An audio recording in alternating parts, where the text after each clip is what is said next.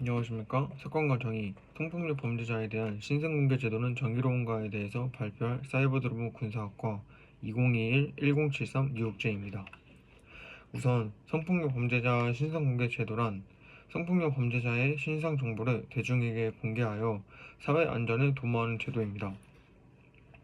목적으로는 재범 방지와 피해 예방, 사회 구성원의 알 권리 보장, 범죄에 대한 경각심 제고 및 억제 효과 등이 있습니다. 저는 성폭력 범죄자 신상공개 제도에 대해서 찬성하는 입장입니다.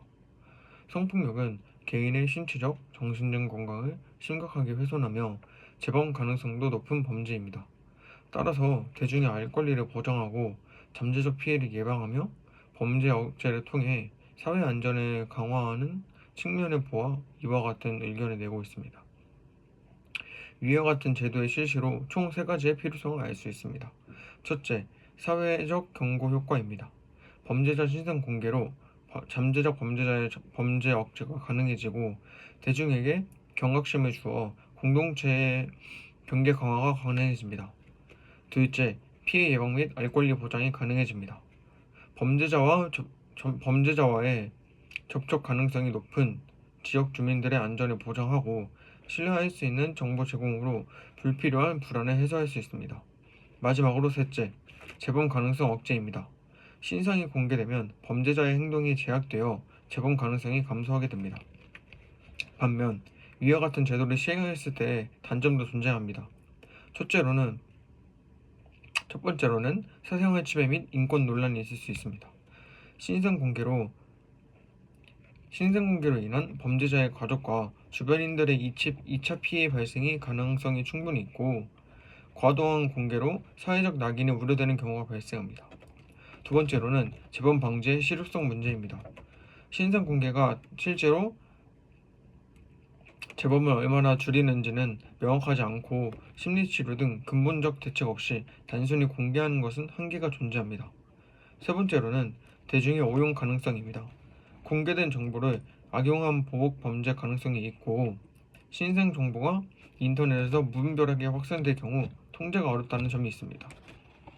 이와 같은 장점들이 존재하지만 제가 이 이유에 대해서 찬성하는 이유는 사회 구성원의 알 권리를 우선으로 생각하기 때문입니다. 범죄자들의 사생활보다 사회 안전과 피해 예방이라는 공익적 가치를 우선으로 생각해야 한다는 생각입니다. 또한 성폭력은 피해자의 삶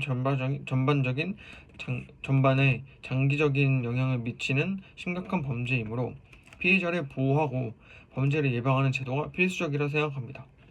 따라서 성폭력 범죄자 신상공개 제도의 단점을 보완하여 시행 기준을 잡게 되면 우선 대상 기준을 명확히 해야 합니다. 특정 범죄자만 신상이 공개되도록 엄격한 기준을 설정하여 부당한 오용을 방지하고 재범 방지를 위한 병행 대책을 세워야 합니다. 신상 공개와 함께 심리치료, 재활 프로그램을 강화하여 재범률을 더욱 낮출 수 있는 환경을 조성합니다. 마지막으로 공개 정보의 관리 체계를 확립해야 합니다.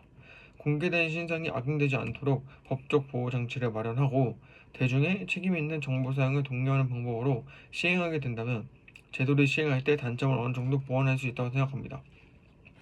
이와 같은 시행 단점을 보완하여 저는 성폭력 범죄자에 대한 신상공개 제도에 대해서 찬성하는 입장입니다. 이것으로 저의 발표를 마치도록 하겠습니다. 감사합니다.